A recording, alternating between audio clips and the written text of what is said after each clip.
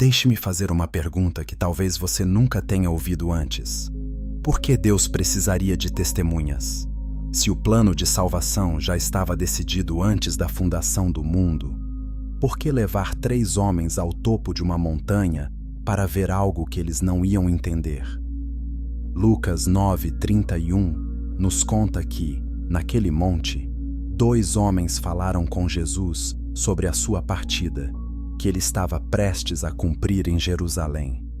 E essa palavra, partida, carrega um peso que a maioria das pessoas ignora completamente.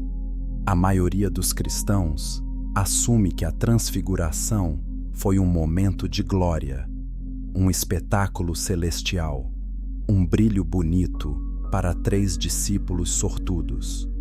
Mas a verdade bíblica revela algo muito diferente. O que aconteceu naquele monte foi um ato legal, uma confirmação, um selo sobre uma missão que envolvia sangue, dor e morte. Nesta história, vamos caminhar por 3 etapas. Primeiro, vamos entender por que aquele monte foi escolhido e o que estava em jogo naquele momento. Depois, vamos descobrir por que Moisés e Elias, entre todos os personagens da história bíblica, foram os únicos convocados.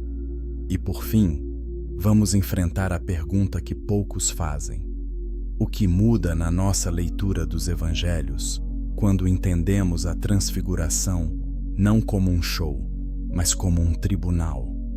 E quando entendermos essa primeira camada, a verdadeira história começa. Poucas semanas antes de subir aquele monte, Jesus fez algo que nenhum dos 12 esperava. Ele sentou com eles e disse, com palavras diretas, sem metáfora e sem parábola, o que ia acontecer. Marcos 8:31 registra que Jesus começou a ensinar que o Filho do Homem deveria sofrer muitas coisas, ser rejeitado pelos anciãos, pelos principais sacerdotes e pelos escribas, ser morto e depois de 3 dias ressuscitar. Essas palavras caíram como pedra no meio daquele grupo. Os discípulos tinham uma expectativa muito clara. O Messias viria para restaurar Israel, para vencer os inimigos, para colocar ordem no caos. E agora, esse mesmo Messias dizia que ia sofrer, que ia morrer. A distância entre o que eles esperavam e o que Jesus anunciava era enorme. E essa distância não era apenas intelectual, era emocional, era espiritual. Era o tipo de coisa que destrói a fé de quem não tem uma âncora forte o suficiente. Pedro, o mais impulsivo entre eles, reagiu imediatamente. Mateus 16:22 nos conta que Pedro tomou Jesus à parte e começou a repreendê-lo. Pedro disse que aquilo jamais aconteceria, que Deus não permitiria. Mas Jesus respondeu com uma das frases mais duras de todo o Evangelho. Ele disse: "Para trás de mim, Satanás." Jesus não estava sendo cruel, ele estava sendo claro. A tentação de evitar o sofrimento era real. A pressão para abandonar a missão existia. E Pedro, sem saber, estava oferecendo exatamente a mesma proposta que o diabo fez no deserto: uma coroa sem cruz, uma vitória sem sacrifício, uma glória sem sangue. E é nesse contexto que precisamos entender o que aconteceu no monte. A transfiguração não aparece do nada nos evangelhos. Ela aparece imediatamente após esse momento de tensão. Jesus acabou de anunciar sua morte. Os discípulos acabaram de rejeitar essa ideia. E Deus, o Pai, decidiu que era hora de confirmar a missão de uma forma que nenhum argumento humano poderia contestar. 6 dias depois daquela conversa difícil, Jesus tomou Pedro Tiago e João e os levou a um monte alto, à parte. Mateus 17, registra esse momento com precisão. 6 dias. Não foi coincidência. Foi tempo suficiente para a angústia se instalar, para a dúvida crescer, para a confusão tomar conta. E então, no momento exato em que a fé daqueles homens estava mais frágil, o céu se abriu. Mas aqui está o detalhe que muda tudo. A subida ao monte não foi uma recompensa. Não foi um prêmio por boa conduta. Foi uma preparação estratégica. Jesus sabia exatamente o que esperava por ele em Jerusalém: a traição, o julgamento falso, os açoites, a cruz. E ele sabia que aqueles 3 homens, Pedro, Tiago e João, precisariam de algo mais forte do que palavras para sobreviver ao que iam presenciar. Eles precisavam de uma memória tão poderosa que nenhuma noite escura conseguisse apagar. Uma memória que permanecesse intacta, mesmo quando o corpo de Jesus estivesse pendurado numa cruz. E essa memória começaria a ser construída naquele monte. Se você está acompanhando até aqui, e algo dentro de você já começou a enxergar essa história de um jeito diferente, inscreva-se no canal e ative o sino, porque o que vem a seguir vai mudar completamente a forma como você lê os evangelhos.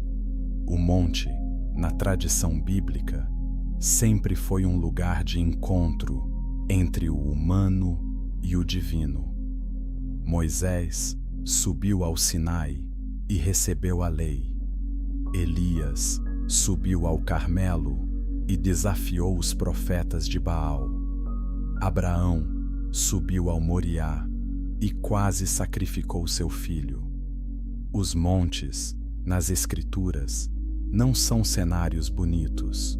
São altares, são tribunais, são lugares onde decisões eternas são seladas.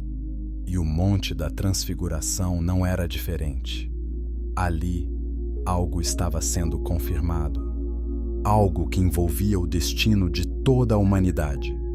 E 3 homens comuns, pescadores sem formação teológica, foram escolhidos para ver isso acontecer. Não porque eram os mais inteligentes, não porque eram os mais fiéis, mas porque, em breve, seriam os mais destruídos. E precisavam de algo que os mantivesse de pé quando tudo ao redor desmoronasse. Capítulo 2. O peso de ser testemunha. Existe uma diferença fundamental entre assistir algo e testemunhar algo. Um espectador observa, comenta e segue com sua vida. Uma testemunha carrega o peso do que viu. Não pode negar. Não pode fingir que não aconteceu. A partir do momento em que uma testemunha vê, ela se torna parte daquela história para sempre. E foi exatamente isso que aconteceu com Pedro, Tiago e João naquele monte. Eles não foram convidados para assistir. Foram convocados para testemunhar. E essa diferença muda tudo. Mas por que esses 3? Jesus tinha 12 discípulos. Todos caminhavam com ele. Todos ouviam seus ensinamentos. Todos viram milagres. Então, por que separar apenas Pedro, Tiago e João? A resposta não está na superioridade deles. Está na necessidade que teriam. Cada um desses 3 homens enfrentaria provações específicas que exigiam uma memória sobrenatural como âncora. Pedro negaria Jesus 3 vezes antes do galo cantar. Tiago seria o primeiro apóstolo a morrer como mártir, executado por Herodes. João viveria mais que todos os outros e carregaria a mensagem até a velhice, enfrentando perseguição, exílio e solidão. Cada um deles precisava de algo que nenhum sermão, nenhuma palavra humana e nenhuma promessa pudesse oferecer. Precisavam ter visto com os próprios olhos. E 2 Pedro 1:16 confirma isso décadas depois, quando Pedro escreve: Não seguimos fábulas engenhosamente inventadas quando lhes falamos a respeito do poder e da vinda de nosso Senhor Jesus Cristo. Pelo contrário, fomos testemunhas oculares da sua majestade. Pedro não estava argumentando com teologia abstrata. Ele estava dizendo: eu vi, eu estava lá, eu sei o que aconteceu porque eu testemunhei. E essa declaração carrega um peso jurídico, não apenas espiritual. No sistema legal de Israel, estabelecido em Deuteronômio 19:15, toda acusação ou confirmação exigia 2 ou 3 testemunhas. Não bastava uma pessoa dizer que algo era verdade, era preciso confirmação. E Deus, o criador do próprio sistema legal, seguiu as suas próprias regras. Ele não enviou um anjo para contar aos discípulos. Ele não deu uma visão em sonho. Ele levou 3 homens ao topo de uma montanha e mostrou a eles, com os próprios olhos, quem Jesus realmente era. Isso é algo que muitas pessoas não percebem quando leem essa passagem. A transfiguração não foi um evento místico sem propósito. Foi um ato de validação legal. Deus estava seguindo o protocolo que Ele mesmo estabeleceu. 3 testemunhas, 3 homens que viram a glória, 3 vozes que poderiam confirmar, diante de qualquer tribunal humano ou espiritual, que Jesus era exatamente quem dizia ser. Se essa informação está mudando algo dentro de você, deixe seu like agora e compartilhe este vídeo com alguém que precisa ouvir essa verdade. E aqui está algo ainda mais profundo. A escolha de Pedro, Tiago e João não foi apenas sobre o que eles veriam no monte. Foi sobre o que precisariam lembrar no vale. Porque a memória da glória não foi dada para ser desfrutada, foi dada para ser suportada. A memória do monte seria o combustível que manteria esses homens de pé quando tudo ao redor sugerisse que Jesus era apenas mais um profeta fracassado, quando o corpo dele estivesse na cruz, quando o sangue escorresse, quando os soldados romanos rissem, quando os líderes religiosos dissessem: viu, era mentira. Nesse momento, Pedro, Tiago e João teriam algo que ninguém mais tinha. Eles tinham visto, e o que viram era grande demais para ser negado. A construção dessa memória não foi acidental. Jesus sabia exatamente o que fazia.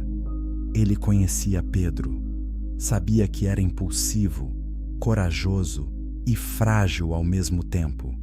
Sabia que Pedro o amava profundamente, mas que essa mesma intensidade emocional o tornaria vulnerável quando o medo chegasse.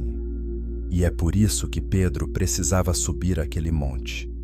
Porque na noite da traição, quando Pedro estivesse aquecendo as mãos ao redor de uma fogueira no pátio do sumo sacerdote, negando conhecer Jesus, a memória do monte ainda estaria lá, escondida talvez, encoberta pela vergonha, mas viva, intacta, esperando o momento certo para ressurgir.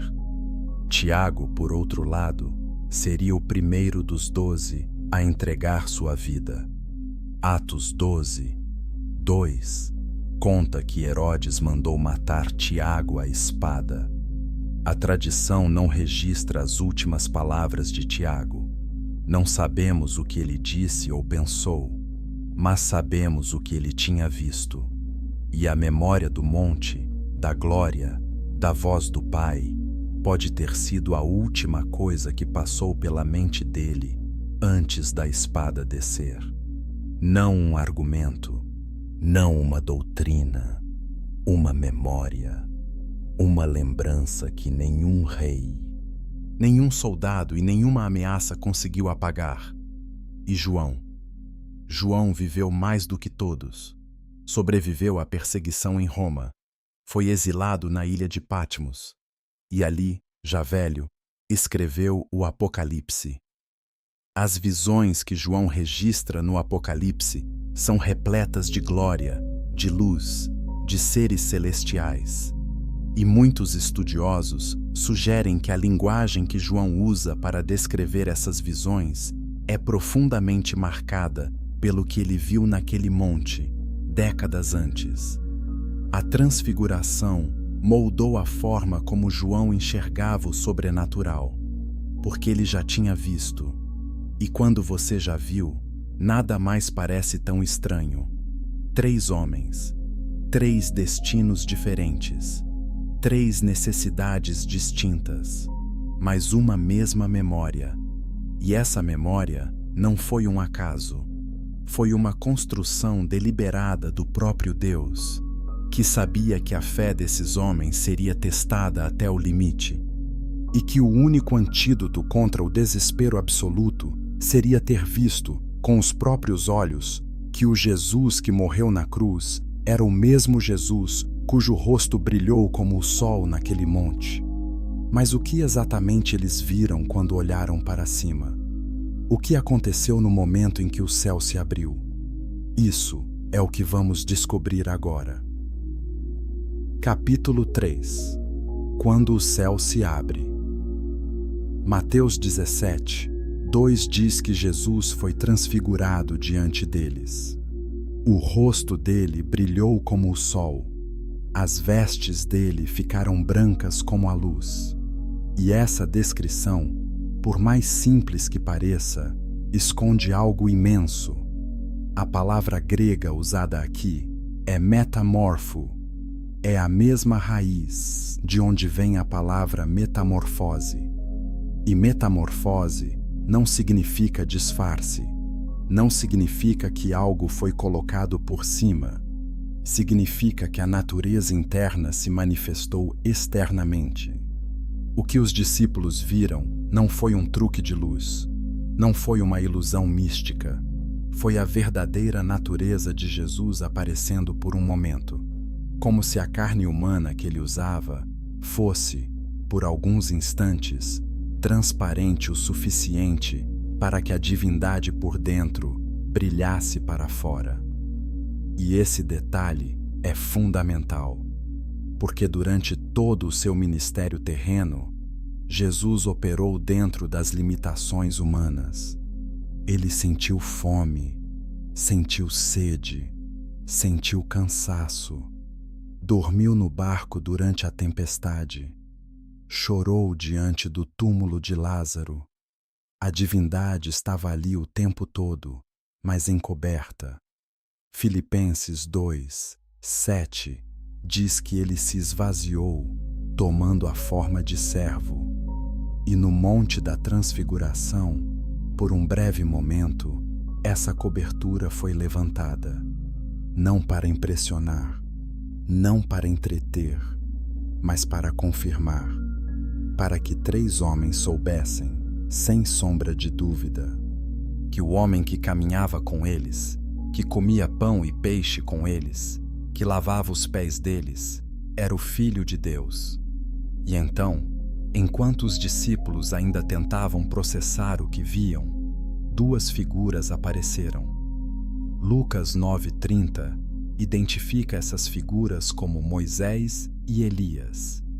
Eles apareceram em glória, não como fantasmas, não como visões abstratas, em glória. Isso significa que eles estavam visíveis, reconhecíveis e presentes de uma forma concreta. E a pergunta que surge imediatamente é: como os discípulos souberam que eram Moisés e Elias? Não havia fotografias, não havia retratos. Moisés viveu mais de 1.400 anos antes daquele momento. Elias, quase 900 anos. E mesmo assim, Os discípulos os reconheceram instantaneamente. Alguns estudiosos sugerem que o próprio ambiente sobrenatural concedeu esse conhecimento. Outros argumentam que Jesus os apresentou, mas o texto bíblico não explica. Simplesmente afirma que os discípulos sabiam quem eram. E essa clareza de reconhecimento faz parte do propósito da cena. Não havia espaço para dúvida. Não havia confusão sobre a identidade. Moisés e Elias estavam ali, e os discípulos sabiam disso com certeza absoluta. Agora, aqui está a parte que a maioria dos comentários bíblicos superficiais ignora. A conversa. Lucas 9:31 nos diz que Moisés e Elias falavam com Jesus sobre a sua partida, que ele estava para cumprir em Jerusalém. A palavra usada para partida no texto grego é exodon, êxodo, não morte, não fim, êxodo. E essa escolha de palavra é tudo menos acidental. O êxodo original foi o evento mais importante da história de Israel. Foi quando Deus libertou seu povo da escravidão no Egito. E agora, Moisés e Elias estavam falando com Jesus sobre um novo êxodo, uma nova libertação, mas desta vez não seria um povo saindo de uma terra, seria toda a humanidade sendo liberta de uma condição. E o preço dessa libertação seria a vida do próprio Filho de Deus. Se isso está tocando o seu coração, comente aqui embaixo o que você está sentindo. Sua interpretação importa. Cada pessoa que lê essa história encontra algo diferente. E é exatamente isso que torna as Escrituras vivas. Os discípulos testemunharam essa conversa, mas Lucas 9:32 adiciona um detalhe perturbador. Pedro e seus companheiros estavam com muito sono. Eles quase perderam o momento mais importante da história. E quando despertaram completamente, viram a glória de Jesus e os dois homens que estavam com ele. Existe algo profundamente humano nesse detalhe. No momento em que o céu se abria, os discípulos estavam lutando para manter os olhos abertos. E isso nos diz algo importante sobre como funcionam as revelações divinas. Elas nem sempre chegam quando estamos prontos, nem sempre aparecem quando estamos atentos. Às vezes, Deus fala nos momentos em que estamos mais frágeis, mais cansados, mais desprevenidos. E ainda assim, a mensagem chega. O fato de que os discípulos estavam sonolentos não diminuiu a validade do que viram. Pelo contrário, reforçou que o que aconteceu não dependia da capacidade deles. A glória não precisava da atenção humana para ser real. Ela era real, independentemente de quem estivesse observando. E quando Pedro finalmente acordou completamente, o que ele viu era tão avassalador que ele disse a primeira coisa que veio à mente. Mas essa reação vamos explorar depois. Porque antes de entendermos a resposta dos discípulos, precisamos entender algo crucial. Precisamos saber por que, entre todos os homens e mulheres da história sagrada, foram Moisés e Elias que apareceram naquele monte. Por que não Abraão, o pai da fé? Por que não Davi, o rei segundo o coração de Deus? Por que não Isaías, o profeta que descreveu o servo sofredor com mais clareza do que qualquer outro? A resposta a essa pergunta revela uma das camadas mais profundas de toda a narrativa bíblica. E é exatamente para lá que estamos indo agora. Capítulo 4. Moisés, o homem, que construiu o caminho para entender por que Moisés apareceu naquele monte. Precisamos voltar mais de 1400 anos. Precisamos voltar ao deserto, à sarça que ardia sem se consumir. Ao homem que gaguejava diante de Deus e, mesmo assim, recebeu a missão mais pesada da história de Israel. Moisés não era um herói de cinema. Ele era um homem partido, um fugitivo, alguém que matou um egípcio num impulso de raiva e fugiu para o deserto, onde passou 40 anos cuidando de ovelhas que nem eram dele. E foi ali, no lugar mais improvável do mundo, que Deus apareceu. Êxodo 3, 4. Conta que Deus chamou Moisés do meio da sarça. E a primeira coisa que Moisés ouviu não foi uma ordem, foi o seu nome. Deus chamou: Moisés, Moisés. E Moisés respondeu: Eis-me aqui. Esse é o padrão de Deus. Antes de dar a missão, Ele chama pelo nome. Antes de exigir obediência, Ele estabelece relação. E a missão que Moisés recebeu era clara: voltar ao Egito, enfrentar Faraó, libertar o povo. Mas o que Moisés não sabia naquele momento era o preço que essa libertação cobraria, não apenas de Faraó, mas dele mesmo. Moisés liderou o povo de Israel por 40 anos no deserto, 40 anos de queixas, 40 anos de rebelião, 40 anos de um povo que preferia as cebolas do Egito à liberdade que Deus oferecia. E Moisés carregou tudo isso. Cada murmúrio, cada desobediência, cada momento em que o povo quis voltar para a escravidão. Números 11, 14 registra Moisés dizendo a Deus: Eu sozinho não posso carregar todo este povo. É peso demais para mim. Essa é a voz de um homem esgotado, um líder que chegou ao limite. E mesmo assim, Moisés continuou.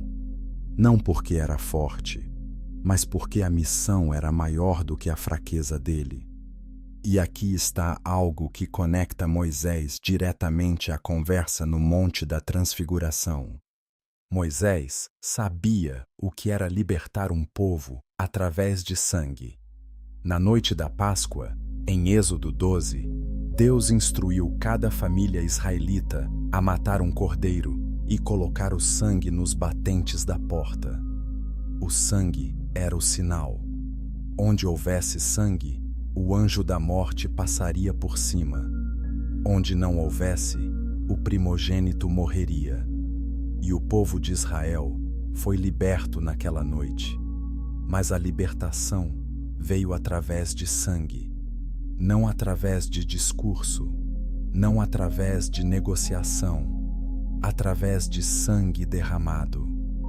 Moisés viveu esse padrão. Ele sabia que libertação e sangue caminham juntos na economia de Deus. E quando ele apareceu no Monte da Transfiguração, falando com Jesus sobre o êxodo que estava por vir, ele falava com a autoridade de quem já tinha testemunhado o primeiro êxodo. Ele sabia o que estava em jogo. Sabia que a libertação que Jesus ia realizar não seria limpa e bonita ou confortável. Seria sangrenta, seria dolorosa, seria real. Inscreva-se agora e compartilhe este vídeo com alguém que estuda a Bíblia, porque esse tipo de conexão entre Antigo e Novo Testamento é exatamente o que transforma a leitura bíblica. Mas Moisés carregava algo mais, algo que poucos pregadores mencionam. Moisés morreu sem entrar na terra prometida. Deuteronômio 34, 4 conta que Deus mostrou a terra a Moisés do topo de um monte e disse: Esta é a terra que prometi a Abraão, Isaque e Jacó. Eu deixei que você a visse com os seus olhos, mas você não vai atravessar para lá. Moisés carregou a promessa durante 40 anos. Guiou o povo na direção certa durante 4 décadas. E no final, viu a promessa de longe, mas não entrou. Essa experiência de carregar algo sem ver o cumprimento é central para entender por que Moisés foi escolhido para o Monte da Transfiguração. Porque no monte, Moisés finalmente viu. Ele viu aquele que cumpriria tudo, aquele para quem toda a lei apontava, aquele que cruzaria o último rio, faria o último sacrifício e abriria a porta que Moisés não pôde abrir. A presença de Moisés naquele monte não era apenas simbólica, era redentora. O homem que passou a vida inteira construindo um caminho que não podia percorrer até o fim, finalmente estava diante daquele que completaria a jornada. Moisés representava a lei. Isso é o que todos os comentaristas dizem, e é verdade. Mas ele era mais do que uma categoria teológica. Ele era um homem que sofreu, que liderou, que falhou, que implorou a Deus por misericórdia e que morreu sozinho no topo de um monte. E esse homem, com toda a sua história de dor e fidelidade, estava ali naquele dia, olhando para Jesus e confirmando com a sua presença que o caminho do sofrimento era o caminho certo, que o sangue era necessário, que o êxodo precisava acontecer.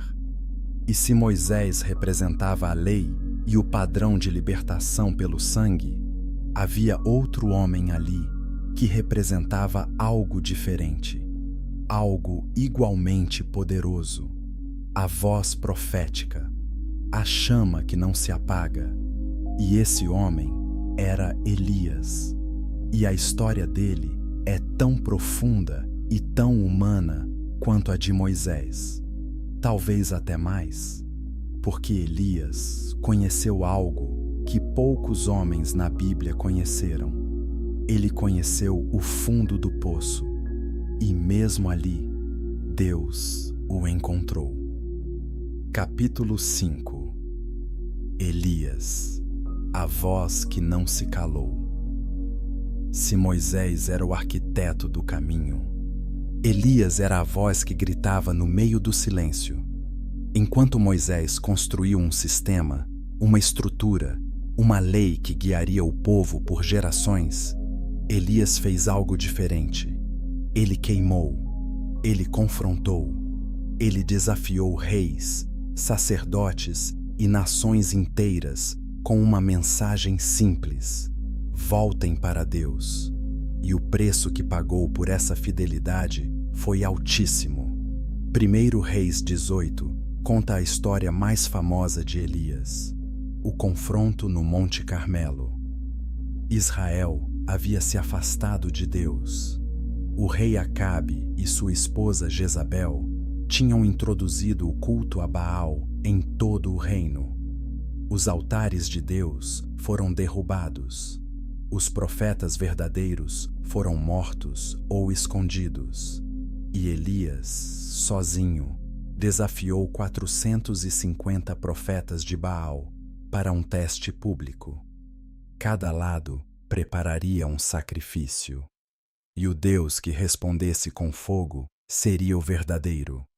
Os profetas de Baal gritaram, e dançaram, se cortaram com facas durante horas, e nada aconteceu.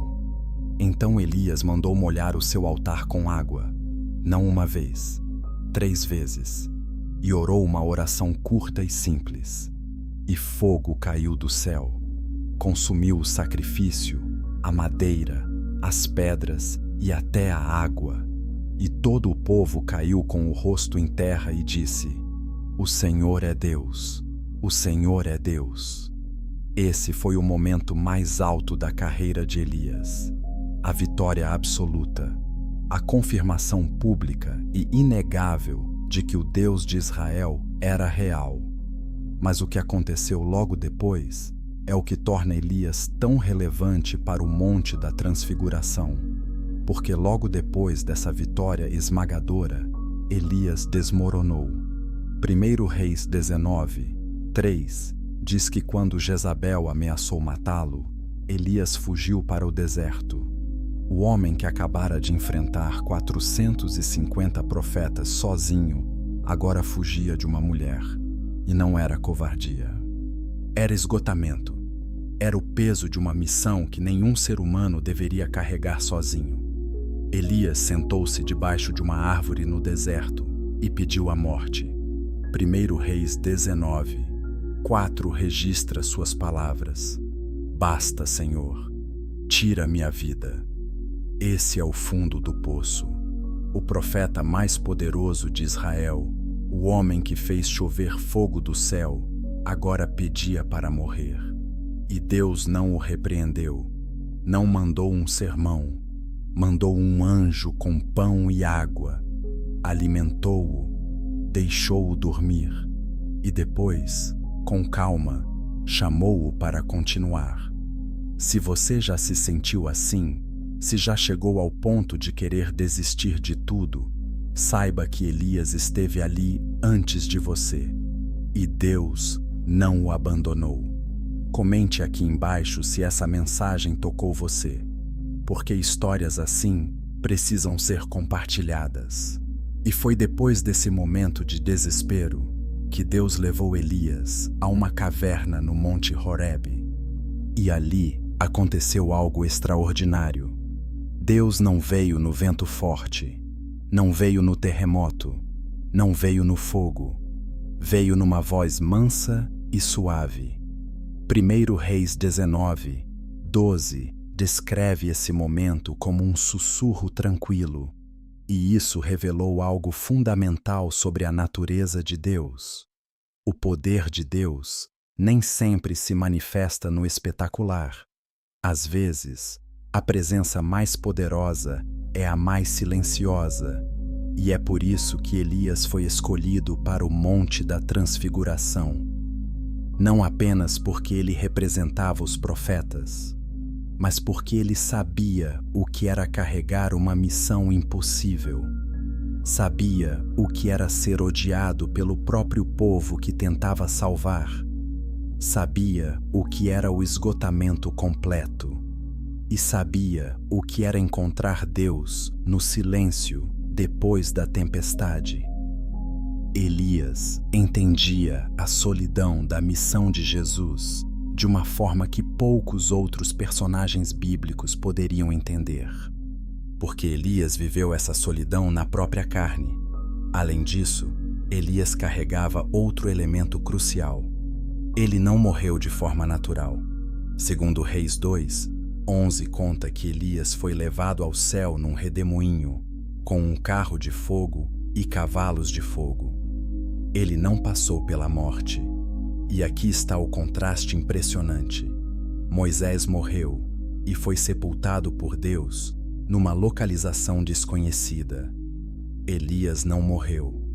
Um representava a morte, o outro representava a vida além da morte. E ambos estavam ali no monte, falando com Jesus sobre o êxodo que uniria essas duas realidades, a morte e a vida, o túmulo e a ressurreição. Malaquias 4:5 profetizou que Deus enviaria o profeta Elias antes que viesse o grande e terrível dia do Senhor. E os judeus do tempo de Jesus esperavam esse retorno.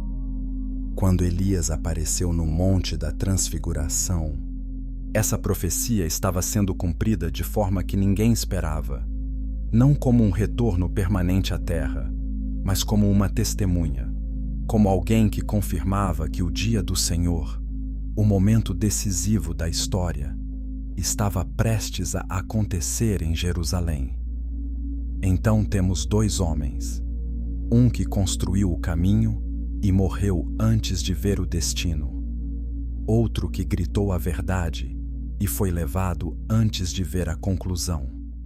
E agora, naquele monte, ambos estavam diante daquele que completaria tudo. E a conversa que tiveram com Jesus não era sobre teologia abstrata. era sobre algo muito específico, algo que carregava o peso de toda a história da redenção numa única palavra. E essa palavra era Êxodo. Mas o que significa realmente essa palavra? E por que ela muda tudo o que pensamos sobre a morte de Jesus? Isso é o que ninguém conta. E é exatamente o que vem a seguir. Capítulo 6. O Êxodo, a palavra que muda tudo. A maioria das pessoas, quando lê que Moisés e Elias falaram com Jesus no monte, assume que eles conversaram sobre a morte dele. E, tecnicamente, não estão erradas. Mas a palavra que Lucas escolheu para descrever essa conversa não é morte, não é thanatos, que é o termo grego comum para morte. A palavra usada em Lucas 9:31 é exodon, êxodo. E essa escolha vocabular é uma das chaves mais negligenciadas de todo o Novo Testamento. Êxodo não é apenas uma palavra, é uma história inteira comprimida em 6 letras. É o nome do segundo livro da Bíblia. É o evento fundador da nação de Israel. É a narrativa de libertação que moldou a identidade do povo de Deus por séculos. E quando Lucas registra que Moisés e Elias falavam com Jesus sobre o seu êxodo em Jerusalém, ele está dizendo algo monumental. Ele está dizendo que a morte de Jesus não é simplesmente uma morte, é uma libertação, uma saída, uma ruptura com uma condição anterior. E assim como o primeiro êxodo, essa libertação envolve sangue. Vamos voltar ao primeiro êxodo para entender o paralelo. O povo de Israel estava escravizado no Egito por mais de 400 anos. Não apenas escravizado fisicamente, escravizado culturalmente, espiritualmente, emocionalmente. O Egito não era só um lugar, era uma condição, era uma realidade que definia quem eles eram. E Deus disse: basta, eu vou tirar vocês daí. Mas a saída não seria simples, não seria limpa, não seria sem custo. Na noite da Páscoa, descrita em Êxodo 12, Deus instruiu cada família a sacrificar um cordeiro. O sangue deveria ser colocado nos batentes das portas. Onde houvesse sangue, a morte passaria por cima. Onde não houvesse, o primogênito morreria. E naquela noite, Israel foi liberto. Mas a libertação veio com um preço. O cordeiro morreu para que o povo vivesse. O sangue foi derramado para que a morte fosse desviada. Esse é o padrão do Êxodo. Liberdade através de sacrifício. Vida através de morte. Saída através de sangue. E agora, mais de 1400 anos depois, no topo de um monte, Moisés e Elias estavam falando com Jesus sobre um novo êxodo. Mas desta vez, o cordeiro não era um animal. O cordeiro era o próprio Filho de Deus. E a escravidão não era no Egito. A escravidão era algo muito mais profundo, muito mais antigo e muito mais devastador do que qualquer faraó poderia impor. A escravidão era o pecado. E aqui precisamos parar e ser honestos sobre o que o pecado realmente é. Porque a maioria das pessoas pensa em pecado como uma lista de ações erradas. Mentir, roubar, trair. E essas coisas são pecado, sim. Mas as Escrituras apresentam o pecado como algo muito maior do que uma lista. O pecado é uma condição, é uma separação. Romanos 3 23, diz que todos pecaram e estão destituídos da glória de Deus. A palavra destituídos é a chave. Não significa que fizemos coisas ruins. Significa que estamos separados da presença de Deus. É como se houvesse um abismo entre a humanidade e o Criador. E nenhuma quantidade de boas ações, nenhuma reforma moral, nenhum esforço humano consegue construir uma ponte sobre esse abismo. Se essa explicação está abrindo seus olhos para algo que você nunca tinha percebido, dê um like agora e compartilhe com alguém que precisa entender o que o êxodo realmente significa. E é exatamente por isso que o êxodo precisava acontecer. Não bastava ensinar, não bastava dar um bom exemplo, não bastava fazer milagres. Algo precisava ser rompido. Uma barreira precisava cair. E o único que podia derrubar essa barreira era alguém que fosse ao mesmo tempo humano e divino. Humano, para representar a humanidade. Divino, para ter o poder de romper a separação. E Jesus era ambos. Quando Moisés e Elias falaram com Jesus sobre o êxodo em Jerusalém, eles estavam discutindo o plano que existia desde antes da criação do mundo. Apocalipse 13, 8 chama Jesus de o Cordeiro que foi morto desde a fundação do mundo. Isso significa que o sacrifício não foi um plano B, não foi uma reação a algo que deu errado, foi o plano original. Desde o início, Deus sabia que a liberdade da humanidade custaria o sangue do seu filho. E tudo na história, desde a Páscoa no Egito até o sistema de sacrifícios no templo, desde as profecias de Isaías até o chamado de João Batista, tudo apontava para esse momento. Moisés sabia disso. Ele tinha visto o primeiro êxodo. Ele sabia que libertação e sangue são inseparáveis. Elias sabia disso. Ele tinha visto o fogo cair do céu sobre o sacrifício no Carmelo. Ele sabia que Deus responde através do altar. E agora, ambos estavam ali, confirmando para Jesus que o caminho à frente era necessário, que não havia alternativa, que o sangue precisava ser derramado, que o cordeiro precisava morrer, que o êxodo precisava acontecer. E a profundidade dessa conversa é algo que os discípulos, naquele momento, não eram capazes de compreender. Eles viram a glória, ouviram vozes, mas o significado completo do que estava sendo dito ali levaria anos para se revelar.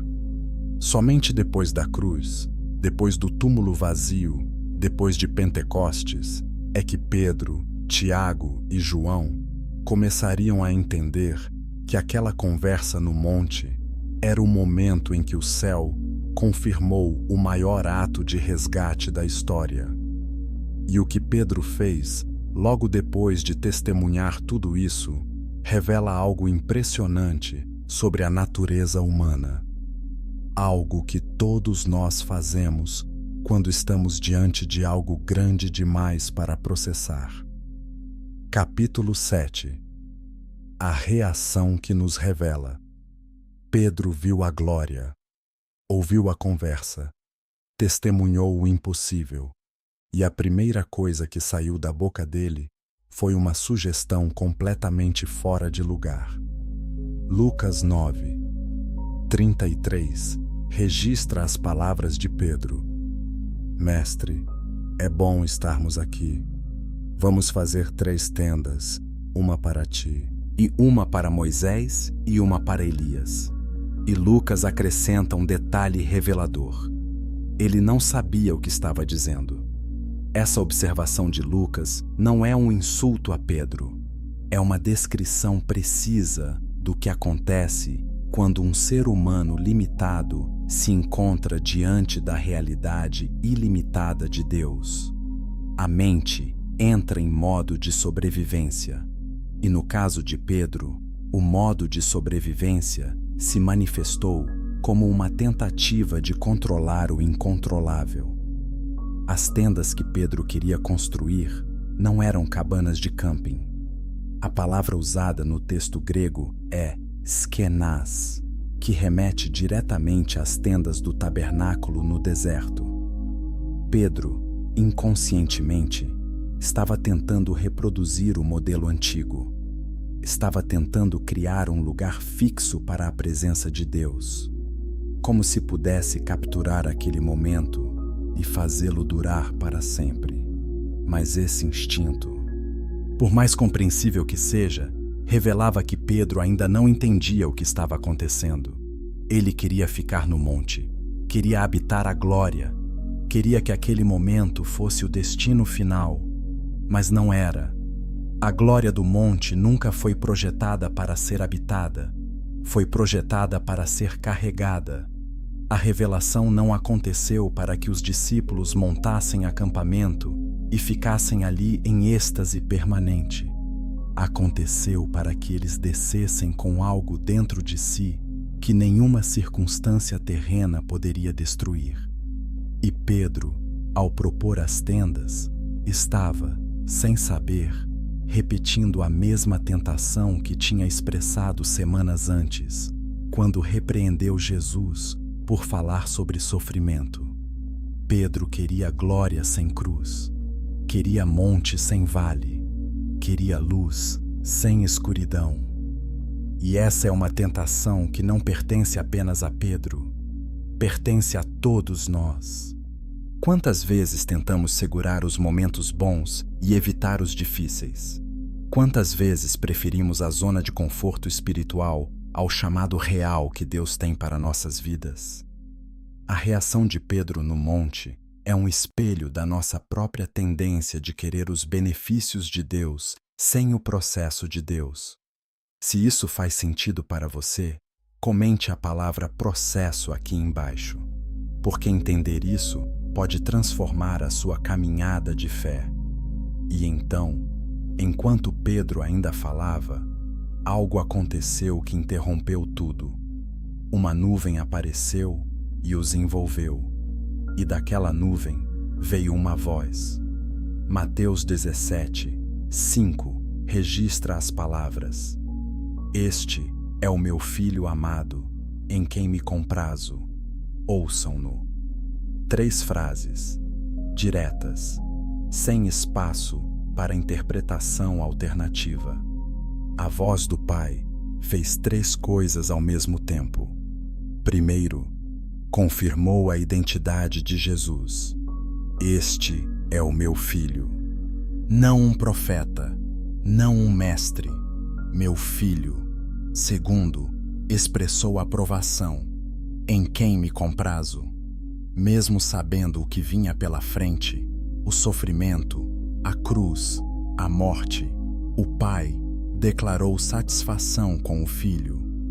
E terceiro, deu uma ordem: ouçam-no. Não ouçam Pedro, não ouçam as tradições, não ouçam os medos, ouçam Jesus. Essa interrupção divina é significativa por vários motivos. Deus não esperou Pedro terminar de falar. Cortou a proposta dele no meio. E isso nos mostra que existe um momento em que os planos humanos precisam calar diante da voz de Deus. Pedro tinha boas intenções. Queria honrar Jesus, Moisés e Elias. Mas boas intenções não substituem obediência. E a obediência, naquele momento, era simples: ouvir. O efeito da voz sobre os discípulos foi devastador. Mateus 17, 6 diz que quando os discípulos ouviram a voz, caíram com o rosto em terra e ficaram muito atemorizados. Esse é o terror santo. Não é medo de punição, É o reconhecimento de que estamos diante de algo infinitamente maior do que nós. É a reação natural de uma criatura finita diante do Criador infinito. E Jesus, com a ternura que o caracterizava, se aproximou, tocou neles e disse: Levantem-se, não tenham medo. Mateus 17, 7 registra esse gesto simples que contém uma teologia inteira. O Deus que faz tremer é o mesmo Deus que toca e consola. O que derruba também levanta. O que atemoriza também acalma. E quando os discípulos levantaram os olhos, Mateus 17, 8 diz que não viram mais ninguém, a não ser Jesus. Moisés tinha ido embora. Elias tinha desaparecido. A nuvem tinha se dissipado. E ali estava apenas Jesus, sozinho, comum, humano novamente. E essa imagem é poderosa. Porque no final de tudo, depois da glória, depois das vozes, depois das aparições, o que restou foi Jesus. Apenas Jesus. E é Ele que desce o monte com eles.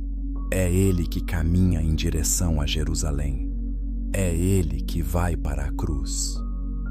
Na descida do monte, Jesus deu uma instrução que deixou os discípulos ainda mais confusos. Marcos 9, 9 registra que Jesus ordenou que não contassem a ninguém o que tinham visto, até que o Filho do Homem ressuscitasse dos mortos. E Marcos 9:10 acrescenta que eles guardaram o assunto entre si, discutindo o que seria ressuscitar dos mortos.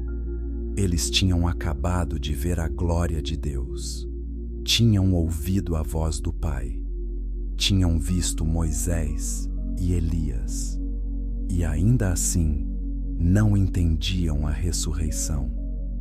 Isso nos mostra que revelação não é o mesmo que compreensão. É possível ver e não entender. É possível testemunhar e não processar. E Deus, na sua paciência, permite isso, porque o entendimento viria, não naquele dia, não naquela semana, mas viria depois da cruz, depois do túmulo vazio, depois de Pentecostes. E quando viesse, a memória do monte se tornaria a peça final do quebra-cabeça. Mas havia ainda algo que aqueles discípulos precisariam aprender. A glória não é um lugar onde se fica, é algo que se carrega. E o que eles fariam com essa glória definiria o resto de suas vidas. Capítulo 8. A glória que se carrega. Quando Jesus e os 3 discípulos desceram daquele monte, o mundo ao redor não tinha mudado. Os mesmos problemas esperavam no vale. As mesmas multidões famintas por milagres. Os mesmos líderes religiosos tramando contra Jesus. A mesma estrada que levava a Jerusalém, onde a cruz já estava sendo preparada sem que ninguém soubesse. O monte tinha mudado os discípulos, mas não tinha mudado as circunstâncias. E essa é uma das lições mais importantes de toda a narrativa da transfiguração. A glória de Deus não elimina o sofrimento, ela equipa para enfrentá-lo. Pedro, Tiago e João desceram aquele monte carregando algo que não caberia em palavras. Eles tinham visto o rosto de Jesus brilhar como o sol. Tinham ouvido a voz do Pai. Tinham estado na presença de Moisés e Elias. E agora, de volta ao chão, tinham que continuar andando. Tinham que continuar seguindo Jesus em direção ao lugar mais assustador que podiam considerar: Jerusalém. E a memória do monte era a única coisa que os sustentaria quando tudo desmoronasse. E tudo desmoronou. Poucos meses depois, Jesus foi traído por Judas, um dos 12. Foi preso no jardim do Getsêmani. Foi julgado num tribunal corrupto. Foi açoitado por soldados romanos. Foi coroado com espinhos. Carregou uma cruz pelas ruas de Jerusalém, enquanto a mesma multidão que gritara Hosana agora gritava crucifica-o. E Pedro, o mesmo Pedro que viu a glória, negou conhecer Jesus 3 vezes antes do amanhecer. A memória do monte não impediu a queda de Pedro, mas impediu que a queda fosse permanente. Porque depois da ressurreição, quando Jesus encontrou Pedro na praia, em João 21, algo aconteceu que conecta diretamente ao Monte da Transfiguração. Jesus perguntou a Pedro 3 vezes: Você me ama? Uma vez para cada negação. E Pedro respondeu: Senhor, tu sabes que eu te amo. E Jesus disse: Apacenta as minhas ovelhas. Pedro foi restaurado, não porque merecesse, mas porque a graça é maior do que a falha. E a memória do monte, guardada em silêncio durante todos aqueles meses de confusão e vergonha, finalmente encontrou o seu lugar. Pedro sabia quem Jesus era. Ele tinha visto. E agora, restaurado, ele podia falar. Inscreva-se agora se essa história está transformando algo dentro de você. E compartilhe com alguém que precisa ouvir sobre a graça que restaura, mesmo depois da pior queda. Tiago foi o primeiro apóstolo a morrer. Atos 12:2 registra de forma breve e quase fria que Herodes mandou matar Tiago à espada. Não há detalhes, não há discurso de despedida, não há cena dramática, apenas uma espada e um fim. Mas a memória do monte estava com Tiago até o último momento. Ele tinha visto a glória, tinha ouvido a voz. E quando a espada desceu, Tiago sabia que a morte não era o fim, porque ele tinha visto além da morte. Tinha visto Moisés, que já tinha morrido, de pé, falando, vivo em glória. A morte, para quem viu o que Tiago viu, perdeu o seu poder definitivo. E João viveu até a velhice, sobreviveu à perseguição, sobreviveu ao exílio, e na ilha de Patmos, sozinho e isolado, recebeu as visões que se tornaram o livro do Apocalipse. E quando João descreve a glória de Cristo em Apocalipse 1:16, ele diz que o rosto dele era como o sol quando brilha em todo o seu esplendor. Essa linguagem não é acidental. João estava descrevendo algo que já tinha visto antes, no monte, décadas antes. A memória do monte moldou a forma como João enxergava e descrevia a realidade espiritual pelo resto da sua vida. Mas a transfiguração não foi apenas sobre os discípulos, foi sobre o plano inteiro de Deus. Naquele monte, a lei e os profetas se encontraram com a graça. Moisés trouxe o peso de séculos de mediação entre Deus e o povo. Elias trouxe o fogo da voz profética que não se calava diante da injustiça. E Jesus, no centro, era aquele em quem tudo convergia. Mateus 5:17 registra Jesus dizendo: Não pensem que vim abolir a lei ou os profetas. Não vim abolir, mas cumprir. E no monte, esse cumprimento se tornou visível. A lei, representada por Moisés, encontrou o seu destino. Os profetas, representados por Elias, encontraram a sua conclusão. E tudo apontava para o que aconteceria em Jerusalém. O sacrifício de Jesus na cruz não foi um evento isolado. Foi o ponto de convergência de toda a história bíblica. Cada cordeiro sacrificado no templo apontava para ele. Cada profecia sobre o servo sofredor descrevia ele. Cada promessa de libertação encontrava cumprimento nele. Hebreus 10, 12 diz que Jesus, tendo oferecido para sempre um único sacrifício pelos pecados, assentou-se à direita de Deus. Um único sacrifício, não repetível, não complementável, suficiente, completo, final. E quando Jesus disse na cruz, em João 19:30, está consumado, ele não estava apenas anunciando a própria morte, estava declarando que o êxodo estava completo, que a libertação tinha acontecido, que o preço tinha sido pago, que a separação entre Deus e a humanidade tinha sido rompida, e o véu do templo se rasgou de alto a baixo, como registra Marcos 15:38, confirmando fisicamente o que já era verdade espiritualmente. O caminho para a presença de Deus estava aberto, e tudo isso tinha sido discutido no monte. Moisés, Elias e Jesus sabiam. O plano estava em movimento, e nada o deteria. E agora, a pergunta que resta é pessoal. Porque a história da transfiguração não é apenas um relato antigo sobre 3 homens numa montanha. É uma revelação que exige uma resposta.